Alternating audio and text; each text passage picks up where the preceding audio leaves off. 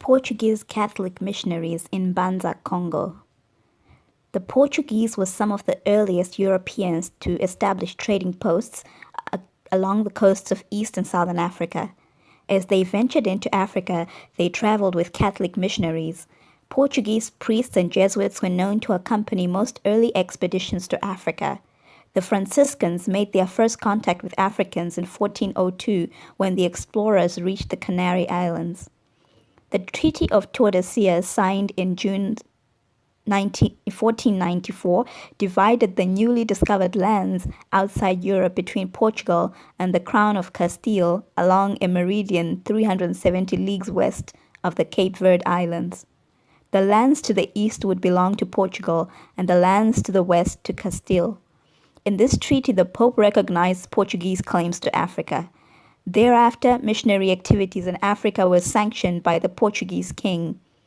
Early conquistadors would always set sail with at least one chaplain.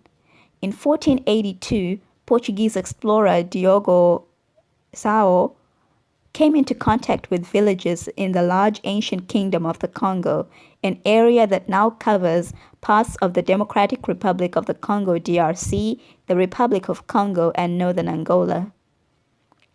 During that time, the Congo was ruled from Mbanza, Congo, a prosperous farming village near the mouth of the Congo River. Diogo held hostage a small group of Africans and took them to Portugal, where King Hao II required that the Africans be taught Portuguese as well as Catholicism. Between 1484 and 1485, Diogo returned to the Congo area with the small group of Africans who were now fluent in Portuguese and understood Catholicism. It is estimated that the first group of missionaries from the canons of St. John of Eloy set foot in the Congo region in 1491. Thereafter, Mbanza, Congo was renamed Sao Salvador, after a famous church built by the Jesuits. King Zinga Anku and his wife Nimbanda were baptized on June 4, 1491, and given the new names Hao and Leonor, while their eldest son, Prince Nzinga Mvemba, became known as Alfonso. After Prince Alfonso of Portugal, Alfonso won the crown from his brother, ordered all the chiefs to erect churches and crosses, and even sent his children to Portugal, where some of his sons became ordained priests.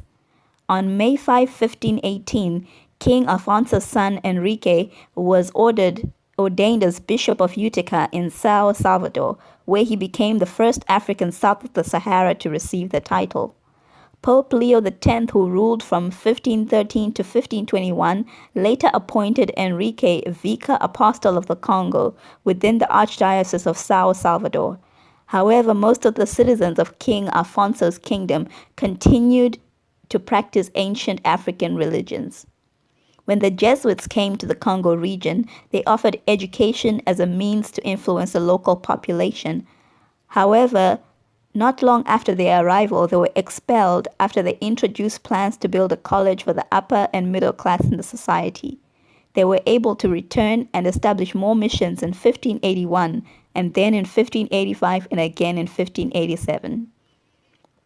However, the Portuguese king was more interested in the economic benefits of the newfound lands than in converting Africans to Christianity.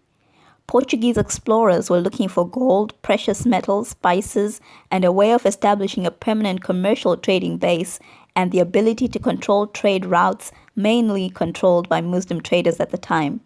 Historians point to a definite link between the lack of a newfound fortune of the explorers and the demise of missionary work in the Congo region.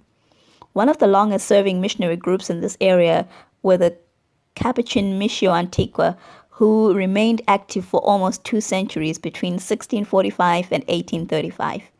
This was in part due to the conversion of Nzinga, the daughter of King Idi Kiluanji of the Ndongo and future queen of Matamba.